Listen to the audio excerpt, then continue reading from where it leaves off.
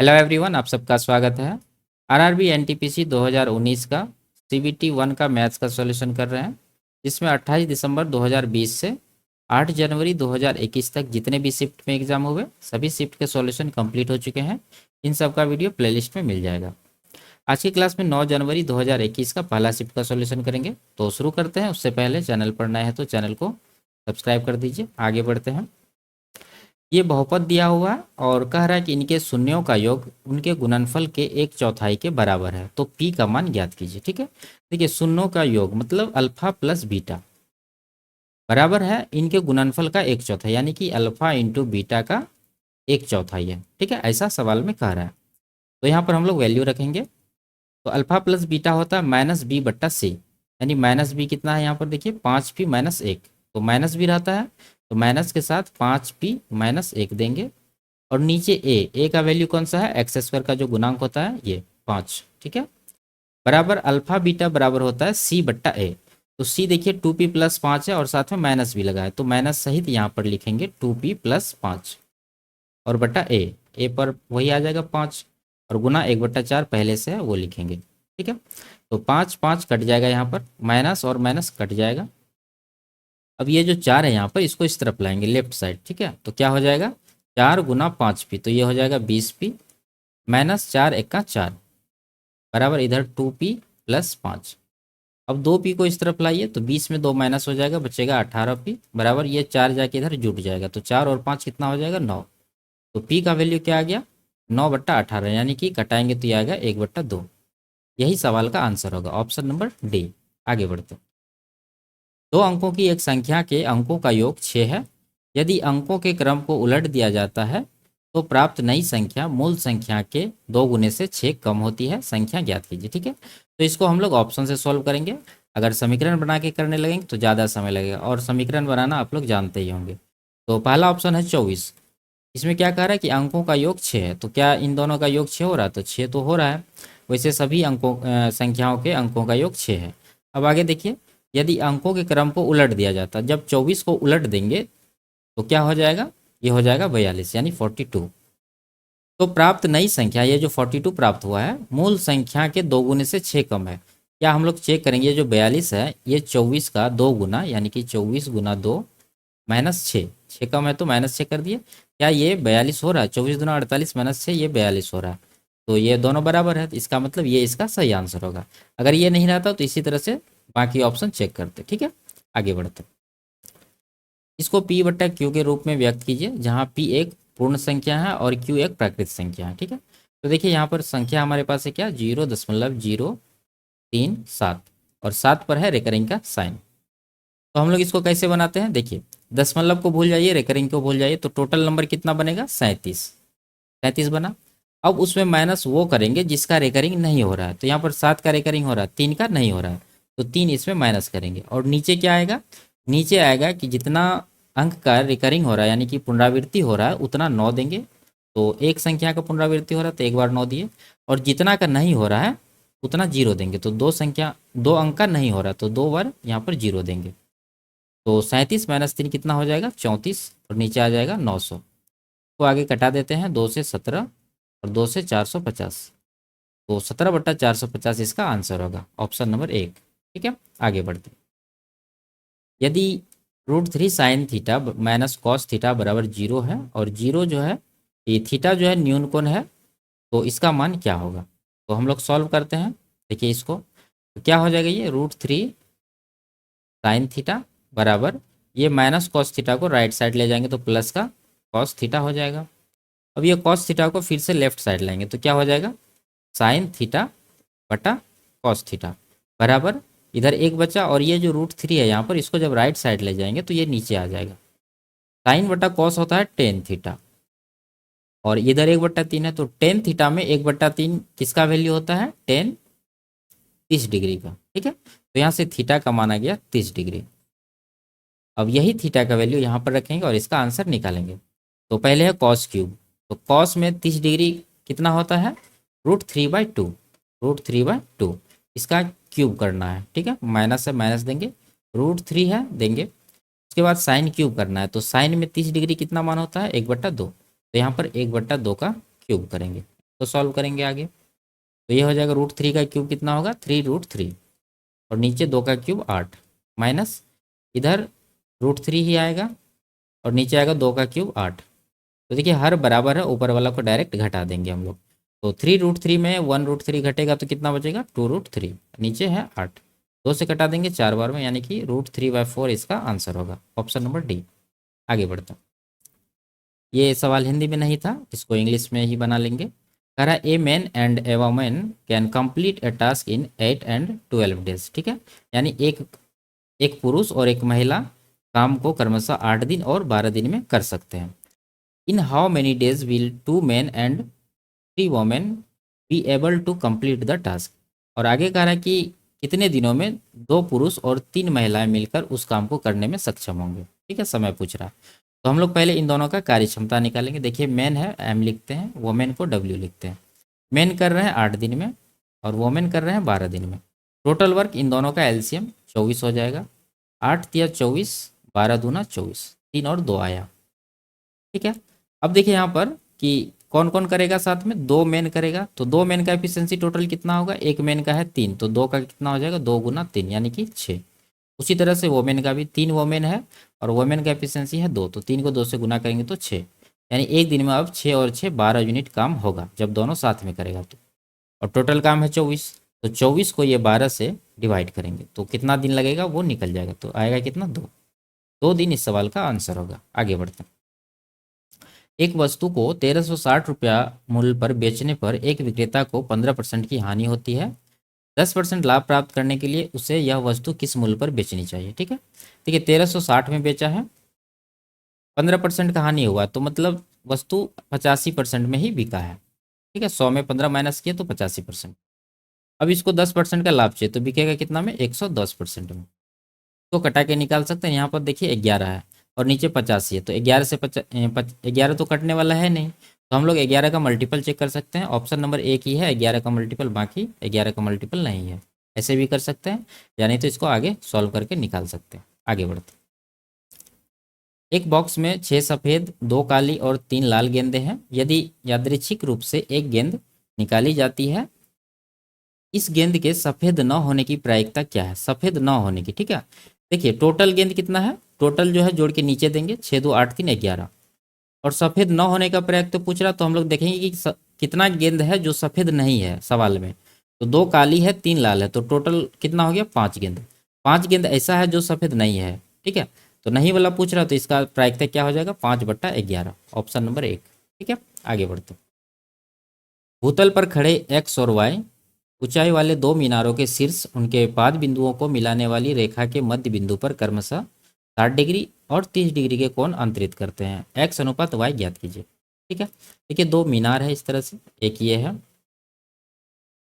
तो थोड़ा सा बढ़ा लेते हैं, और एक ये है दूसरा मीनार। और क्या कह रहा है कि एक्स और वाई ऊंचाई वाले 2 मीनार है। ठीक है, उनके पाद बिंदु यानी इनके बेस को मिलाने वाले रेखा के बीच में मध्य बिंदु में, मध्य बिंदु से इनके जो शीर्ष हैं, दोनों मीनार के शीर्ष, इनके शीर्ष क्या कोण बना रहे हैं, पहला मीनार का 60 डिग्री, दूसरा का 30 डिग्री। तो पहला मीनार के साथ हम लोग 60 डिग्री का कोण यहाँ पर बना देंगे, और दूसरा मीनार के साथ कितना डिग्री का बनाएंगे 30 डिग्री का। ठीक है, अब देखिए, अब यहाँ पर क्या कह रहा है कि एक्स और वाई निकालना है, तो पहला का ऊंचाई एक्स हो जाएगा, दूसरा का वाई है, तो इसी दोनों का वैल्यू निकालना है। तो यहाँ से हम लोग रेशियो से निकाल लेंगे। देखिए यहाँ पर 30 है, 30 डिग्री है, तो ये कितना होगा 60 डिग्री। तो 30 के सामने 1 होता है रेशियो में, और 60 डिग्री के सामने कितना होता है √3 होता है। ठीक है, अब यहाँ देखिए क्या कह रहा था कि मध्य बिंदु, यानी कि ये जो बिंदु है लगभग मतलब पूरा पूरा ये बीच में है, तो ये जब √3 है बीच के बाद वाला हिस्सा, तो बीच के पहले वाला हिस्सा भी √3 ही होगा। अब यहाँ पर ये 60 डिग्री है, तो ये कितना होगा 30 डिग्री। अब 30 डिग्री के सामने देखिए √3 है, तो 60 डिग्री के सामने क्या होगा √3 का √3 गुना, यानी कि 3 यूनिट हो जाएगा। ठीक है, अब यहाँ पर रेशियो ही निकालना है, एक्स का वैल्यू 3 है, वाई का 1 है, तो 3:1 इस सवाल का आंसर हो जाएगा, ऑप्शन नंबर 1। ठीक है, आगे बढ़ते हैं। 12 पुरुष एक कार्य को 16 दिन में पूरा कर सकते हैं। 32 महिलाएं उसी कार्य को 12 दिनों में पूरा कर सकती है। 8 पुरुषों और 8 महिलाओं ने एक साथ मिलकर 12 दिनों तक कार्य किया, जिसके बाद महिलाओं ने कार्य छोड़ दिया और 8 अन्य पुरुष इस कार्य में शामिल हो गए। इन पुरुषों को शेष कार्य पूरा करने में कितने दिन का समय लगेगा। अब यहाँ से पहले मेन और वोमेन का एफिशिएंसी निकालना होगा। देखिए 12 पुरुष 16 दिन में काम को पूरा करते हैं, तो 12 मेन को लग जाता है 16 दिन। इसको बराबर करेंगे, उसी कार्य को ये 32 महिलाएं, ठीक है, 32 वोमेन इसको 12 दिन में कंप्लीट करती है। तो दोनों का कार्य बराबर हो जाएगा, क्योंकि ये भी टोटल काम कर रहा है और ये लोग भी टोटल काम कर रहे हैं, ठीक है। तो दोनों को बराबर करेंगे, यहाँ से मैन और वोमेन का एफिशिएंसी आएगा। तो 16 से कटा देंगे इसको 2 बार में, 12 और 12 कट जाएगा। तो मैन बट्टा वोमेन क्या आ जाएगा, मैन का आ जाएगा 2 और वोमेन का आ जाएगा 1। ये आ गया रेशियो इफिशियंसी का। अब यहाँ पर पहले हम लोग निकालेंगे टोटल वर्क। टोटल वर्क क्या हो जाएगा, ये जो एफिशिएंसी आया है इसको चाहे इसमें रख दीजिए या इस तरफ वाला में, दोनों से निकल जाएगा। तो हम लोग इसमें रख रहे हैं, 12 मेन है तो 12 गुना मेन का एफिशिएंसी देखिए कितना है, 2। 2 से गुना करेंगे और इनको लग जाते हैं 16 दिन, 16 से गुना करेंगे तो टोटल वर्क आ गया 12 दूना 24, ठीक है। ये दोनों को गुना करके 24 हुआ, 24 गुना 16 करना है तो 16 दूना 320 और 64 384। अब आगे देखिए 8 पुरुष और 8 महिला ने एक साथ मिलकर 12 दिन तक काम किया। अब बताइए ये जो 12 दिन तक 8 पुरुष और 8 महिला काम किया है तो कितना काम हुआ होगा, 8 है और पुरुष और महिला दोनों है तो दोनों का एफिशिएंसी जोड़ के दे दीजिए, 2 1 3। यानी तो आप अलग अलग करके भी निकाल सकते हैं। ये 12 दिन में कितना काम करेंगे, 8 या 24 गुना 12, 12 गुना 12 144 गुना 288, ठीक है। इतना काम कंप्लीट हो चुका है। टोटल काम है 384, इसमें 288 जो है कंप्लीट हुआ, तो ये माइनस करेंगे हम लोग, शेष काम निकल जाएगा। 14 में से 8 घटेगा 6, यहाँ पर 17 में से 8 घटा 9, 91 यूनिट काम अभी शेष है। अब इस काम को कौन करने वाला है, इसके जिसके बाद महिलाओं ने कार्य छोड़ दिया, ठीक है। 8 अन्य पुरुष इस कार्य में शामिल हुआ। देखिए पहले से 8 पुरुष है और 8 पुरुष बाद में भी यहाँ पर शामिल हुआ, तो टोटल कितना हो गया, 8 + 8 16 पुरुष, 16 पुरुष हुआ और एक पुरुष का एफिशिएंसी है 2, 2 से गुना करेंगे तो 32 आएगा। यानी कहने का मतलब है कि इन महिलाओं के काम छोड़ने के बाद अब जो काम होगा एक दिन में कितना यूनिट काम होगा, 32 यूनिट, ठीक है। कैसे निकाले हम पहले एक्सप्लेन कर दिए हैं। अब ये 32 यूनिट से इसको डिवाइड करेंगे शेष काम को, तो 96 को जब 32 से डिवाइड करेंगे तो कितना आ जाएगा, 3 दिन। तो 3 दिन ही इस सवाल का आंसर है, ऑप्शन नंबर सी। आगे बढ़ते हैं। एक आयत की लंबाई उसकी चौड़ाई के 3 गुने से 2 मीटर कम है। यदि इसका परिमाप 28 मीटर है तो इसकी चौड़ाई ज्ञात कीजिए, ठीक है। एक आयत बना लेते हैं यहाँ पर। क्या कह रहा है कि आयत की लंबाई जो उसकी चौड़ाई से 3 गुने से 2 मीटर कम है, तो चौड़ाई को x मान लेते हैं, तो लंबाई क्या आएगा, x का 3 गुना यानी 3x, इससे 2 कम है तो 2 माइनस कर देंगे, ठीक है। लंबाई और चौड़ाई निकल गया। अब इसका परिमाप है 28, तो परिमाप निकालने का क्या फॉर्मूला होता है, 2 × L + B, यानी कि इन दोनों को जोड़ के 2 से गुना करना। तो जोड़ेंगे तो क्या होगा, 3x 1x 4x हो गया, माइनस का 2 बराबर 28 करेंगे तो 2 से कटा देंगे 28 को 14 बार में, ये 2 को इस तरफ ले जाएंगे तो 16 हो जाएगा। यानी x बराबर आ गया 16 और ये 4 को इधर नीचे लाएंगे, कटाएंगे तो 4, x का वैल्यू आ गया 4। क्या पूछ रहा है, चौड़ाई, चौड़ाई x माने थे तो x का कितना है, 4। ऑप्शन नंबर ए इसका आंसर होगा। आगे बढ़ते हैं। दिए गए चित्र में O वृत्त का केंद्र है। यदि कोण ARS 125 डिग्री है तो कोण PAB का मान ज्ञात कीजिए, ठीक है। देखिए इसमें कोण ARS कहाँ है, ARS यहाँ पर है, ये कोण ये है 125, यहाँ पर लिख देते हैं, ठीक है। अब बताइए कोण ARP कितना होगा, कोण ARP ये कितना होगा, देखिए ये कोण और ये कोण ये रेखी कोण है तो दोनों का योग कितना होगा, 180 डिग्री। तो कोण ARP हो जाएगा 180, उसमें माइनस कर देंगे 125, जो बचेगा वही होगा ARP। तो माइनस करेंगे तो कितना आएगा, 55 डिग्री, ठीक है। अब ये कोण आ गया है 55 डिग्री, यहाँ पर लिख देते हैं। तो अब बताइए कोण ABP कितना होगा, यहाँ पर लिखते हैं कोण ABP बराबर कितना होगा, ये भी 55 डिग्री ही होगा। क्यों, क्योंकि ये जो चाप है AP आर्क, इसके द्वारा परिधि पर कहीं पर भी कोण बनाया जाए वो सारा कोण बराबर होगा। तो एक कोण यहाँ बना है R बिंदु पर, एक B बिंदु पर बना है, तो ये दोनों कोण बराबर होगा। कहने का मतलब कोण ABP ये भी होगा कितना, 55 डिग्री का ही होगा, ठीक है। यहाँ तक क्लियर है। आगे देखिए अब यहाँ पर निकालना कौन सा कोण है, PAB। PAB ये कोण निकालना है, ये कोण निकल चुका है। तो ये कोण कितना होता है, अर्धवृत्त में जो कोण बनता है परिधि पर वो समकोण ही होता है हमेशा, ठीक है। इस तरह से समझिए इसको, ये वृत्त है, ये इसका डायमीटर है। देखिए इस तरह से कोण बना दिए यहाँ पर तो ये समकोण होगा। चाहे इस तरह से खींच दीजिए यहाँ पर, ये भी समकोण होगा। चाहे इस तरह से इधर बना दीजिए, ये भी समकोण होगा। ठीक है, ये डायमीटर से लगा हुआ समकोण त्रिभुज है। तो ये 90 हो गया, ये 55 है, तो ये कितना हो जाएगा, 90 में से 55 घटा दीजिए। तो कोण जो निकालना है पी ए बी वो हो जाएगा 90 माइनस 55, ये 35 डिग्री इसका आंसर होगा, ऑप्शन नंबर डी। ठीक है, आगे बढ़ते। 3 से 60 के बीच ऐसी कितनी विषम संख्या है जो 5 से पूर्ण विभाज्य है। ठीक है, देखिए 3 से बड़ी जो 5 से विभाज्य होने वाली विषम संख्या है क्या है, 5 है।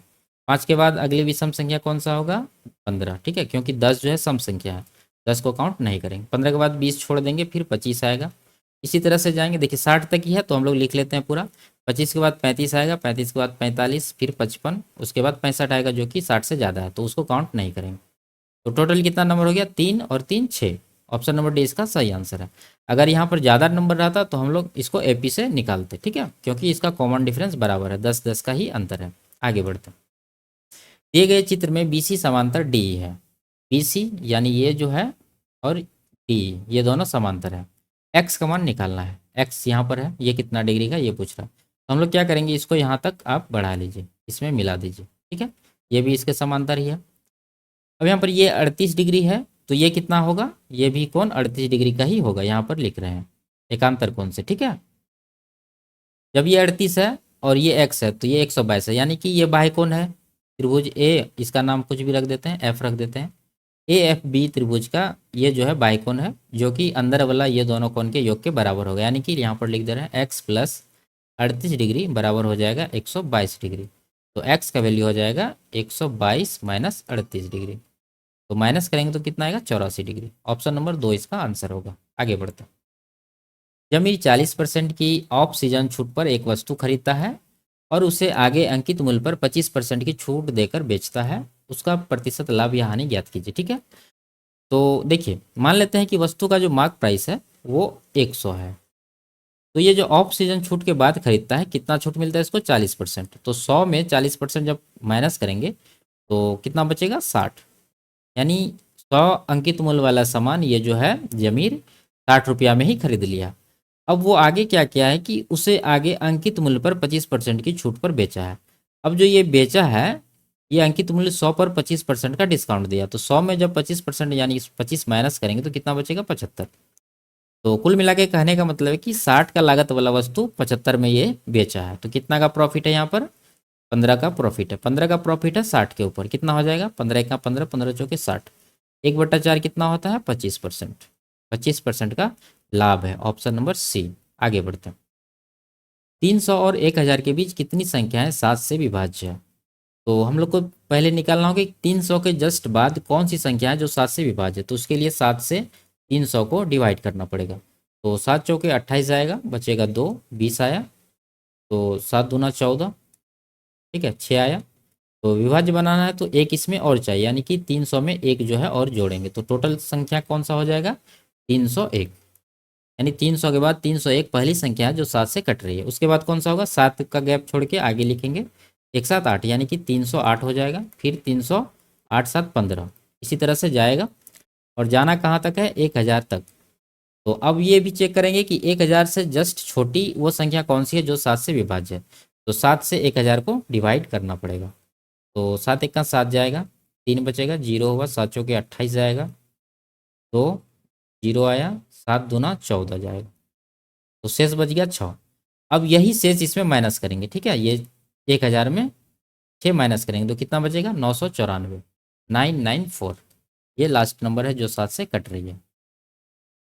अब ये संख्या निकालना है, यानी कि इसमें कितने पद हैं ये निकालना है। तो उसके लिए क्या करेंगे हम लोग, आपको फॉर्मूला याद से है तो एपी का उससे भी निकाल सकते हैं, नहीं तो हम लोग डायरेक्ट करते हैं इसको, लास्ट टर्म यानी कि 994 माइनस फर्स्ट टर्म 301, और इसको डिवाइड करेंगे कॉमन डिफरेंस। कॉमन डिफरेंस कितना का है, 7 का, तो यही 7 से इसको डिवाइड करेंगे और प्लस का 1 करेंगे। ठीक है, ये आप याद रखिए, प्रोसेस एकदम आसान है निकालना, फॉर्मूला से थोड़ा सा आपको हैक्टिक बुझा सकता है। ठीक है, तो ये कितना हो जाएगा, 4 में से 1 घटेगा 3, और यहाँ पर 9 आ जाएगा, और यहाँ पर 9 में से 3 घटा 6, 693 को 7 से डिवाइड करेंगे प्लस 1, 7 नमा 63, 6 बचा, 7 नमा 63, 99 आया, और प्लस 1 करेंगे तो ये आ जाएगा टोटल 100।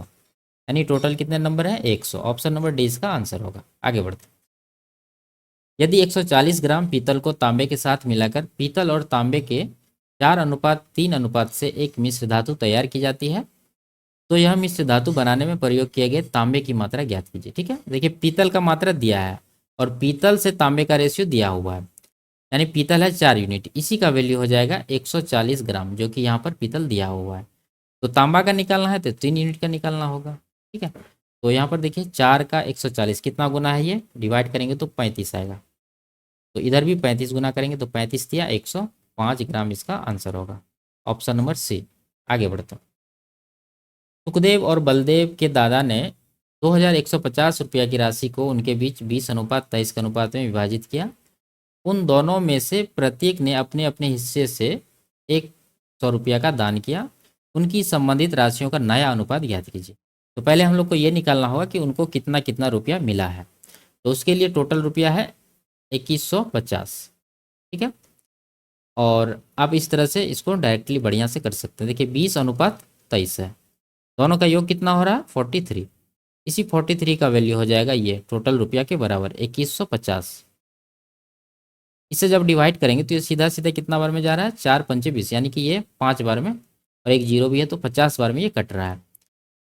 तो ये 20 यूनिट किसका हिस्सा है, ये है सुखदेव का। ठीक है, पहला का। तो इसका निकालने के लिए 20 गुना 50 करेंगे, और ये 23 यूनिट किसका है, बलदेव का है, तो 23 गुना 50 करेंगे तो ये आ जाएगा 1000, और इसका आ जाएगा 23 पंचा 115 होता है, और इस पर एक जीरो 1150।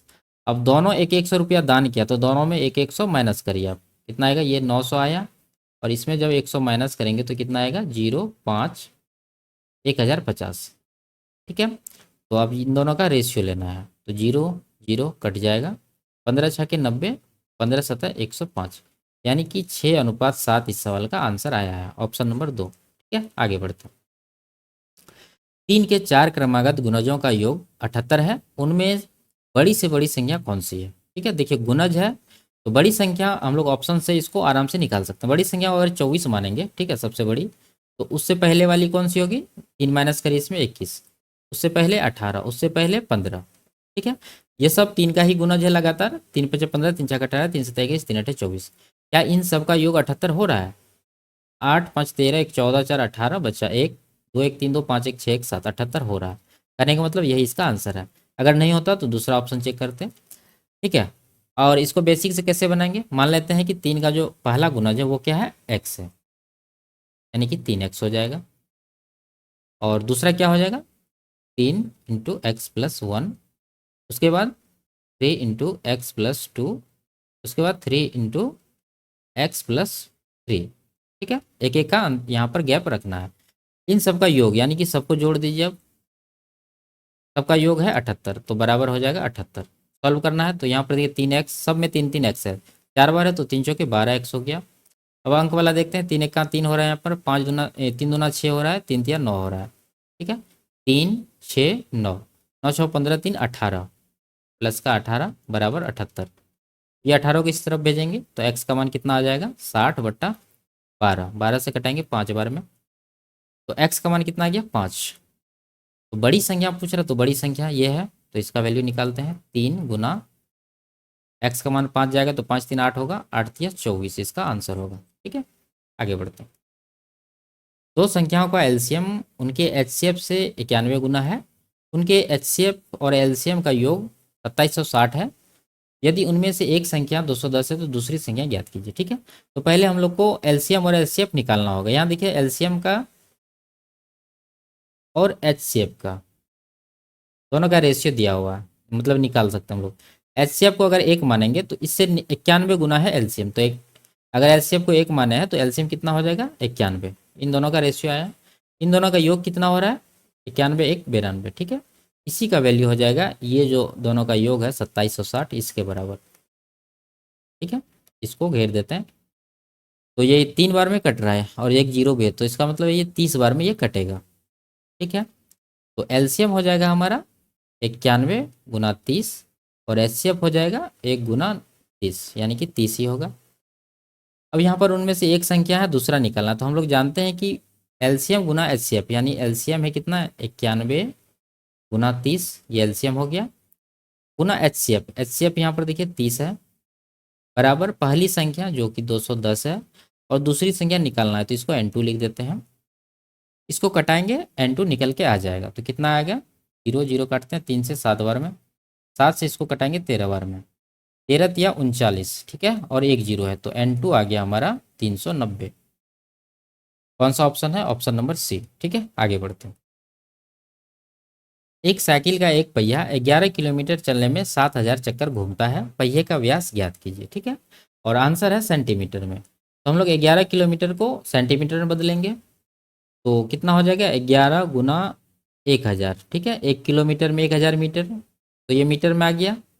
अब इसको 100 से फिर से गुना करेंगे तो ये सेंटीमीटर में डेटा पूरा आ चुका है, ठीक है। इतना दूरी कवर करता है और इसमें कितना चक्कर घूमता है, 7000। तो एक चक्कर का दूरी निकालने के लिए हम लोग को क्या करना होगा, पूरा डिस्टेंस को 7000 से डिवाइड करना पड़ेगा, ठीक है।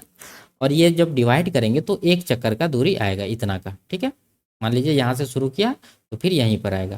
कहने का मतलब ये जो एक चक्कर का दूरी है ये क्या है, यही तो परिधि है, ठीक है। तो परिधि का फॉर्मूला इसके बराबर कर देंगे हम लोग। व्यास निकालना है तो पाई डी कर देते हैं, पाई का मान भी दे दीजिए 22/7 गुना डी, या 2 पाई आर भी कर सकते हैं। फिर उसमें क्या होगा कि आर का 2 गुना आंसर देना होगा। हम लोग डी लिख दिए यहाँ पर, ठीक है। 2 जीरो यहाँ से काट दीजिए, 1 जीरो यहाँ से काट दीजिए, 7 7 कट जाएगा, ठीक है। 11 से ये कट जाएगा 2 बार में, 2 से ये कट जाएगा 50 बार में। अब कुछ नहीं है, डी बराबर कितना गया, 50 सेंटीमीटर इस सवाल का सही आंसर है। आगे बढ़ते हैं। शांत जल में एक नाव की चाल 14 किलोमीटर प्रति घंटा है। यह धारा की दिशा में 1 घंटा 45 मिनट में 28 किलोमीटर दूरी जाती है। धारा की चाल ज्ञात कीजिए, ठीक है। धारा की दिशा में, इसको डाउन स्ट्रीम कहते हैं। तो डाउन स्ट्रीम में इसका स्पीड हम लोग निकाल सकते हैं। दूरी दिया हुआ 28 किलोमीटर और टाइम है 1 घंटा 45 मिनट। तो ये फ्रैक्शन कितना हो जाएगा, 1 + 45 मिनट होता है 3/4, जोड़ेंगे तो 4 × 1 = 4, 3 7/4, ठीक है। तो 7/4 से डिवाइड करिए, तो 7 से ये कट जाएगा 4 बार में, ये 4 ऊपर जाके गुना हो जाएगा, तो कुल मिला के 4 चौके 16 किलोमीटर प्रति घंटा इसका डाउन स्ट्रीम का स्पीड आया है, ठीक है। तो अब इसमें डाउन स्ट्रीम होता क्या है, इसमें होता है शांत जल में नाव की चाल यानी x प्लस धारा की चाल y, ठीक है, दोनों इसमें शामिल है। तो उसमें जब हम लोग नाव का चाल माइनस करेंगे यानी कि 14 किलोमीटर इसमें माइनस कर देंगे, तो जो आएगा वो क्या होगा, y होगा, यानी कि धारा का चाल, ठीक है। यही पूछ रहा है, तो ऑप्शन नंबर 1 इसका सही आंसर है। आगे बढ़ते हैं। जावेद ने वार्षिक चक्रवृद्धि ब्याज दर पर 2 वर्ष के लिए 10,000 का ऋण लिया और 2 वर्ष बाद 12,544 का भुगतान किया। यदि उसने वही राशि साधारण ब्याज पर उधार ली होती तो उसने कितनी राशि बचत होती। यानी कहने का मतलब है 2 वर्ष का साधारण ब्याज और चक्रवृद्धि ब्याज का अंतर निकालिए। तो उसके लिए रेट चाहिए, रेट यहाँ पर नहीं है तो पहले रेट निकालना होगा। देखिए 2 वर्ष में मूलधन है 10,000, ये 10,000 जो है 2 वर्ष में कितना बन जा रहा है, 12,544, 12,544, ठीक है। ये पी है, ये ए है। अब यहाँ से कटा के रेशियो लेना होगा, तो हम लोग कटाते हैं, 4 से तो कट ही रहा है, 8 से कटाते हैं, 8 से कटाएंगे तो कितना हो जाएगा, 1250 हो जाएगा। ये कितना होगा, 8 × 8 4 45 हुआ, 8 × 5 40, 8 × 6 48, 8 × 8 64, ठीक है। और इसको 2 से कटाइए, 625 आया, और इधर 2 × 7 14, 2 × 8 16, 2 × 4 8, ठीक है, 784 आया। ये जो रेशियो आया है ये 2 साल का है, ठीक है, यहाँ पर कह रहा है सवाल में। तो 1 साल का निकालने के लिए हम लोग क्या करेंगे, इसका वर्गमूल लेंगे। तो वर्गमूल जब लेंगे तो क्या बन जाएगा, 625 का वर्गमूल 25 और 784 का वर्गमूल होता है 28, यानी 25:28। तो यहाँ से रेट कितना आया, 25 से 28, 3 का अंतर है, 3 आया, 3 आया 25 पर, तो कितना परसेंट होगा, 1/25 4% होता है, तो 3/25 हो जाएगा 12%। यानी तो आप 100% से गुना करके कटा के निकाल सकते हैं। रेट आ गया 12%, ठीक है। अब अंतर ही निकाल देते हैं डायरेक्ट, नहीं तो आप इधर से निकालिएगा साधारण ब्याज निकाल के, तो फिर उसमें 10,000 में ब्याज जोड़ना पड़ेगा, फिर जोड़ के इन दोनों का अंतर लेना पड़ेगा। तो इससे अच्छा है डिफरेंस हम लोग निकाल देते हैं। तो डिफरेंस क्या हो जाएगा, क्या होता है, r²/100, यही 2 साल का डिफरेंस होता है। तो 12 का स्क्वायर बटा 100 करेंगे तो ये कितना हो जाएगा, 144 को 100 से डिवाइड करेंगे तो 1.44%। तो 10,000 का 1.44% निकालेंगे तो कितना आएगा, 144 रुपया। ऑप्शन नंबर 1 इसका सही आंसर है। आगे बढ़ते हैं। निम्नलिखित को हल करना है, ठीक है। तो 24 से इसको कटा दिए 3 बार में, 3 × 3 9 हो जाएगा, ठीक है, 9 5 14, 14 में 12 माइनस कर देंगे तो कितना बच जाएगा, 2। Option number D. आगे बढ़ते हैं, इसको हल करना। ठीक है, तो आप लोग इसको कर सकते हैं, नहीं तो देखिए ये तो बहुत छोटा है। 31 3 34, 34 3 37 10 47 3 50, 50 के लगभग में आ रहा है। तो ये 35 से बहुत कम है, ये नहीं होगा, ये भी नहीं होगा। अब यहाँ पर 2 है 50 वाला, तो इकाई अंक हम लोग देखेंगे कि दशमलव के बाद 3 अंक यहाँ पर है, 3 अंक यहाँ पर है, तो इकाई अंक इसका बनेगा 3 1 4। तो 4 ऑप्शन नंबर सी में है, ये इसका आंसर होगा। आगे बढ़ते हैं, एक संख्या के 82% और 73% का अंतर 72 है, तो इस संख्या का 48% इनमें से किसके बराबर होगा। देखिए 82 और 73 का अंतर 72 है, तो इन दोनों का अंतर परसेंटेज में देखिए कितना है। तो 82 में 73 माइनस करेंगे तो कितना आएगा, 9%। इसी का वैल्यू होगा 72। तो 1% का यहाँ से कितना होगा, 9 8 72, यानी कि 8 होगा। 48 का निकालना है तो 48% का हम लोग निकालेंगे, कितना हो जाएगा, 48 गुना 8। तो 88 64, इकाई अंक 8 4 आ रहा है, तो ये इसका, और इसे गुना कर लेते हैं, 6 8 32 6 38, 384 इसका आंसर होगा, ऑप्शन नंबर 2। आगे बढ़ते हैं, निम्नलिखित को हल करना है। ठीक है, तो देखिए यहाँ पर कितना आ रहा है, 4 1 4 माइनस 1, 3/4 आ रहा है। अगला पद क्या है, 4 1 4 माइनस 2, तो ये 2/4 आ रहा है। ठीक है, और इस तरह से यहाँ खाली है। आगे देखते हैं, 4 1 4 माइनस 5, तो ये माइनस का 1/4 आ रहा है, गुना 4 1 4 माइनस 6, माइनस का 2/4 आ रहा है। ठीक है, कोई पैटर्न यहाँ पर नहीं बन रहा है। ठीक है, तो हम लोग क्या करेंगे, यहाँ पर देखिए आगे 1/4 है, यहाँ 2/4 है, तो ये जो बीच में छूटा हुआ है इसके ऊपर क्या आएगा, 3/4, यानी कि 1 माइनस 3/4 आएगा। उसके बाद आ जाएगा 1 माइनस 4/4। उसके बाद तो ये है 1 माइनस 5/4, यानी ऊपर वाला 1 2, यहाँ पर 3, यहाँ पर 4, यहाँ पर 5, यहाँ पर 6 है। ठीक है, तो हम लोग देख रहे हैं कि ये जो पद आया है, ये इसका वैल्यू कितना है, 1 माइनस इधर भी घटा के 1 होगा, तो ये हो रहा है 0, और सब है गुना में। जब एक पद 0 हो गया तो सबको 0 कर देगा, तो ऑप्शन नंबर 2 इसका सही आंसर है। आगे बढ़ते, दिलीप राय ने अमरजीत से 9% वार्षिक साधारण ब्याज की दर पर 24,000 रुपया उधार लिए। उसे 3 वर्ष बाद इसे चुकाने के लिए कितना भुगतान करना होगा। ठीक है, सिंपल सा है। देखिए 9% का रेट है और 3 वर्ष में कितना मिलेगा, 27%। तो 24,000 का 27% हम लोग निकालेंगे। ठीक है, तो परसेंटेज के लिए 2 जीरो काटिए। अब गुना करना है तो कितना हो जाएगा, जीरो तो आएगा ही। 24 सत्ता 168 होता है, बच्चा 16, 24 दूना 48, 16, 48 से 54 10 64, यानी 6,480 आया है क्या, ब्याज। ठीक है, ऐसा ही। तो टोटल राशि पूछ रहा तो मिश्रधन निकालना होगा, तो मिश्रधन बराबर क्या हो जाएगा, यानी ए बराबर हो जाएगा 24,000 प्लस 6480, तो जोड़ेंगे तो 24 से 30,480 इसका आंसर होगा। आगे बढ़ते हैं, इसको हल करना है तो यहाँ से शुरू करेंगे, इधर से सबसे अंदर में जो है इसका वैल्यू हो जाएगा 3, इसका हो जाएगा 4। ठीक है, दोनों माइनस में ही है, तो 4 3 7 हो जाएगा, माइनस का 7। अब 56 में जब -7 करेंगे तो कितना बचेगा, 49, और रूट में 49 बचा, तो इसका वर्गमूल कितना होगा, 7। ठीक है, ये खत्म हो गया, यहाँ बाहर में आ गया 7 मान लीजिए, तो ये 214 हो गया। 130 प्लस 14 करेंगे तो कितना हो जाएगा, 144। ठीक है, 144 आ गया यहाँ पर, और ये पूरा खत्म हो गया, सॉल्व कर लिया हम लोग। अब 144 का वर्गमूल कितना आएगा, 12, तो ये रूट हट जाएगा, 12 आ गया बाहर। अब 37 प्लस 12 करना तो कितना हो जाएगा, 49। फिर से 49 का वर्गमूल लेंगे तो कितना आएगा, 7। ऑप्शन नंबर सी इसका आंसर होगा। आगे बढ़ते, एक संयुक्त परिवार में 9 बच्चों की आयु का माध्य 14 वर्ष है। उनके दादा और दादी की आयु क्रमशः 71 वर्ष और 67 वर्ष है। बच्चों और दादा दादी की आयु का माध्य अनुपात क्या है। ठीक है, तो इसमें सबसे अच्छा है कि टोटल निकाल के निकाल लीजिए। ठीक है, तो 9 बच्चों का कुल आयु कितना होगा, 14 नमा 126 साल। ठीक है, 126 है ये। अब इसमें दादा और दादी का आयु जोड़ दीजिए, दादा का है 71, ठीक है, और दादी का है 67। टोटल जोड़ के कितना हो रहा है, 6 1 7 7 14 बचा 1, 1 7 7 14 2 16 बचा 1 1 2, 264 हुआ। अब 264 वर्ष जो आयु है इसमें कितने लोग हो गए, देखिए 9 बच्चे हैं और दादा प्लस दादी, 2 इधर, तो 9 2 11, 11 से इसको डिवाइड करेंगे तो नया एवरेज आ जाएगा, कितना आएगा, 11 दूना 22, 11 चौक 44, यानी 24 वर्ष इस सवाल का सही आंसर है। आगे बढ़ते हैं, 52 और 100 का HCF कितना होगा। ठीक है, तो ऑप्शन में जो सबसे बड़ी संख्या इन दोनों को काट दे वही इसका आंसर होगा। 48 नहीं काट रही है, 52 भी नहीं, 44 भी नहीं, तो एक ही बचा 4, ये दोनों को काट रही है, ये इसका आंसर होगा।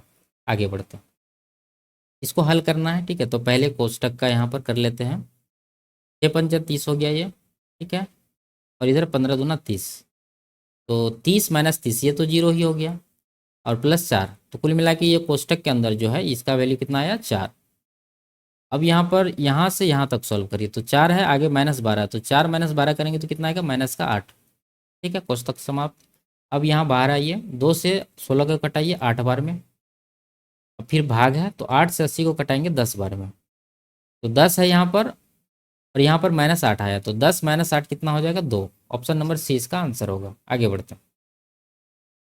ये 25 छात्रों का वजन दिया हुआ, इसमें कह रहे सबसे भारी छात्र का वजन कितना होगा। ठीक है, तो इसमें देख लेंगे कि सबसे बड़ी संख्या कौन सी है। ठीक है, तो यहाँ पर 58, 58, 59, 59 आया है, तो सबसे बड़ी 59 ही है, तो 59 इसका आंसर होगा। आगे बढ़ते हैं। सर्वाधिक बारंबारता वाला भार कौन सा है। ठीक है, तो देखते हैं 53 कई बार आया है, 1, 2, 3, 4, 5, 6, 7, 8। 53 का बारंबारता 8 है। ठीक है, हमको लगता है मैक्सिमम यही, वैसे आंसर भी यही है। ठीक है, वैसे आप आगे चेक कर सकते हैं, तो ऑप्शन नंबर 1 इसका आंसर होगा। आगे बढ़ते हैं। दिए गए विकल्पों में से दिए गए आंकड़ों में से सबसे कम बारंबारता वाला भार कौन सा है। तो सबसे कम कौन सा है, 52 देखते हैं कई बार आया है, यहाँ पर 1, 2, 3, 3 के बाद यहाँ पर है 4। ठीक है, 52 आया है 4 बार। उसके बाद 58 देखते हैं, 1, 2, 2 के बाद 2 ही बार है। ठीक है, 58 2 बार है। उसके बाद 50 देखते हैं, 1, यहाँ घेर देते हैं 1, उसके बाद और कहाँ है, कहीं नहीं है। ठीक है, तो ये हो गया 1 बार। 54 कितना बार है, 54 यहाँ है, 1, 2, 3।